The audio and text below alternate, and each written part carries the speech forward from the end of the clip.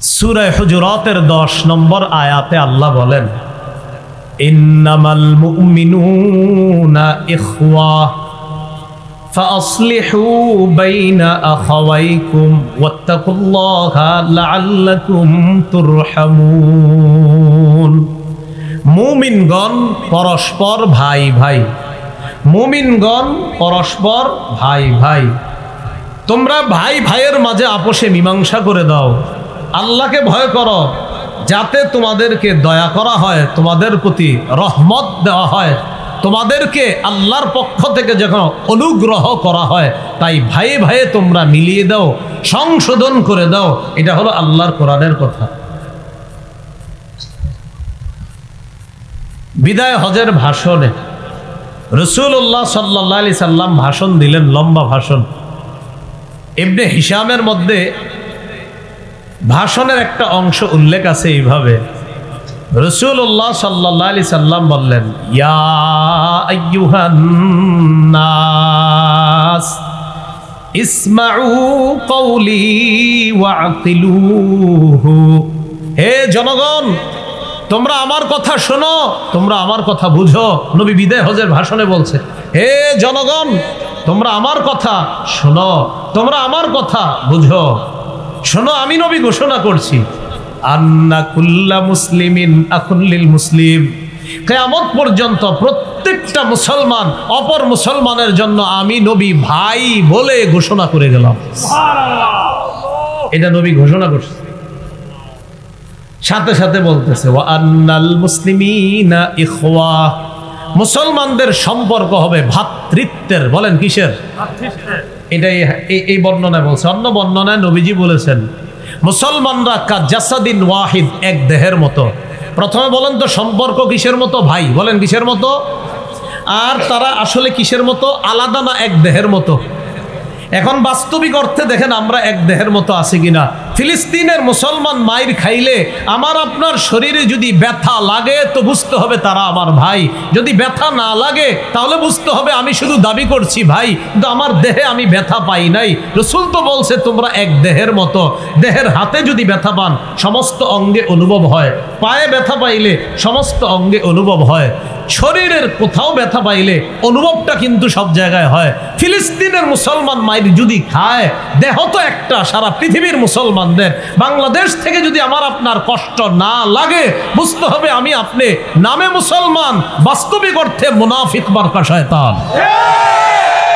আপনার কষ্ট লাগতে হবে তো আপনার। আমি আপনি তো এক দেহ ছিলাম। ফিলিস্তিনের মুসলমান আর আমি, আমরা সবাই তো দেহ, একটা দেহ। একদিক দিয়ে বলছে ভ্রাতৃত্বের সম্পর্ক, আরেক দিক দিয়ে বলছে দেহ। দেহ, আমার দেহে আঘাত হচ্ছে, আমার শরীরে আঘাত হচ্ছে কিনা এটা একটু চিন্তা করে দেখেন। আমি কতদিন কষ্ট পেয়েছি একটু চিন্তা করে দেখতে হবে। তাহলে কি শিখলাম আমরা? 2 নাম্বার, আমাদের যে ভ্রাতৃত্ব সম্পর্কটা, এই সম্পর্কটা কি শুধু মুখে স্বীকার করলে হবে না, দিল থেকে স্বীকার করতে হবে? হ্যাঁ, দিল থেকে স্বীকার করতে হবে। সহিহ মুসলিমের বর্ণনা, এই হাদিসের মধ্যে আসছে রাসূলুল্লাহ সাল্লাল্লাহু আলাইহি ওয়াসাল্লাম বলেন, লা তাহাসাদু ওয়ালা তানাজাশু ওয়ালা তাবাগাদু ওয়ালা তাদাবারু ওয়ালা ইয়াবি' বা'দুকুম আলা বাই'i বা'দিন ওয়াকুনু ইবাদাল্লাহি ইখওয়ানা। এই হাদিসে সুন্দর একটা আজীব কথা বলছে নবীজি। ভাই শব্দটা আসলে এত সুন্দর এক শব্দ। আপনার উপর একজন রাগ করে আসছে, আপনার মারবে, এক করে দিলাম, ভাই মাইরেন না। ভাই বললে ওর রাগ 100 থেকে 10-এ হিসাব হবে। ভাই আসলে আজীব এক শব্দ। তো সহিহ মুসলিমের বর্ণনা আপনার 2563 নম্বর হাদিস, 2563। মাদ্রাসার পাঠ্যপুস্তক অনুসারে মোট হাদিস সংখ্যা হবে 3033টা। আর আপনারা যারা পকেটে ওস্তাদ নিয়ে ঘুরেন সেই অনুযায়ী 6435 নম্বর হাদিস। মোট হাদিস সংখ্যা হবে 7453টা। যদিও এটা বলা আমার জরুরি ছিল না, এরপরে বলে দিলাম, অনেক আবার চেক করে মিলে কিনা। যদিও এটা বলা দরকার ছিল না, এটা আন্তর্জাতিকভাবে ফলো করা হয় না, যেটা পকেটে নিয়ে ঘুরেন। হ্যাঁ, এই হাদিসে রাসূলুল্লাহ সাল্লাল্লাহু আলাইহি সাল্লাম বলেন, লা তাহাসাদু, তোমরা পরস্পর হিংসা করো না।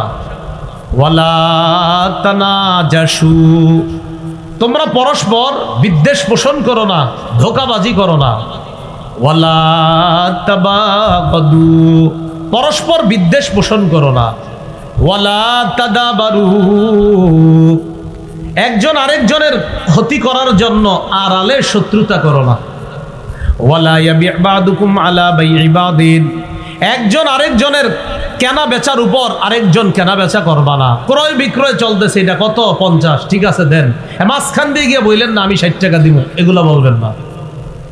ওয়াকুনু ইবাদাল্লাহি ইখওয়ানা, নবী বলেন হে আল্লাহর বান্দারা, তোমরা সবাই ভাই ভাই হয়ে যাও।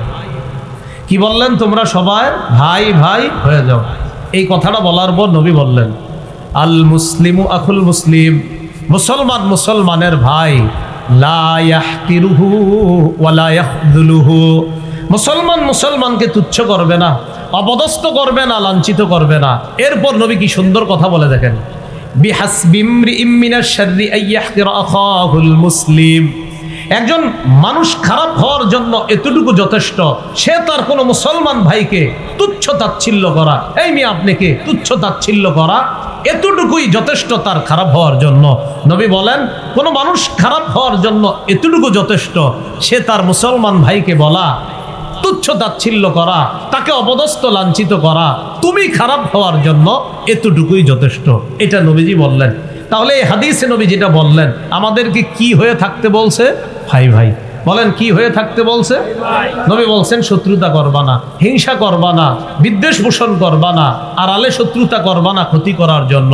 এই হাদিসের এক অংশে নবী বলেন, আত-তাকওয়া হাহুনা ইউশিরু ইলা সাদরিহি সালাসা মাররাত, বুকের দিকে 3 বার ইঙ্গিত করে বললেন এখানে তাকওয়া, এখানে তাকওয়া, এখানে তাকওয়া, মানে কলবে তাকওয়া। বলেন কোথায় তাকওয়া?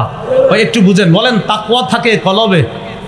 বলেন তাকওয়া কলবে থাকে, কলব বুকে থাকে। তাকওয়া কলবে, কলব বুকে। কলব যে বুকে, এটার দলিল কই? আল্লাহ কোরআনে বলছে, فإنها لا تعمى الأبصار ولكن تعمى القلوب التي في الصدور। হ্যাঁ, প্রকৃতপক্ষে চোখ অন্ধ হয় না, বরং বক্ষস্থিত হৃদয় অন্ধ হয়। প্রকৃতপক্ষে চোখ অন্ধ হয় না, ওই কলব অন্ধ হয় যে কলব বুকে থাকে। আল্লাহ বলছেন প্রকৃতপক্ষে চোখ অন্ধ হয় না, বরং ওই কলব অন্ধ হয় যে কলব বুকে থাকে। তাহলে তাকওয়া থাকে কলবে, কলব থাকে বুকে। তাকওয়া থাকে কলবে, কলব থাকে বুকে। হ্যাঁ, এটা কোরআনে আছে কিন্তু। ওয়ালাকিন তা'মাল কুলুবুল্লাতী ফিস সুদূর, 17 পারা হাফিজি কোরআন মাজিদ 16 নম্বর পৃষ্ঠা একদম শেষে দেখবেন।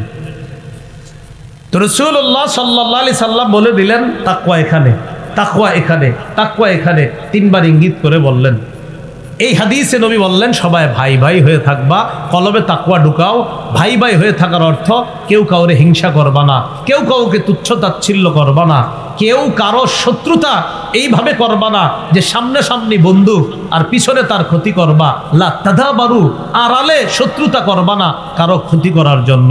আল্লাহ আমাদের সকলকে ভ্রাতৃত্বের সম্পর্কটা বুঝে শুনে সবাই ভাই ভাই হয়ে থাকার তৌফিক দান করেন।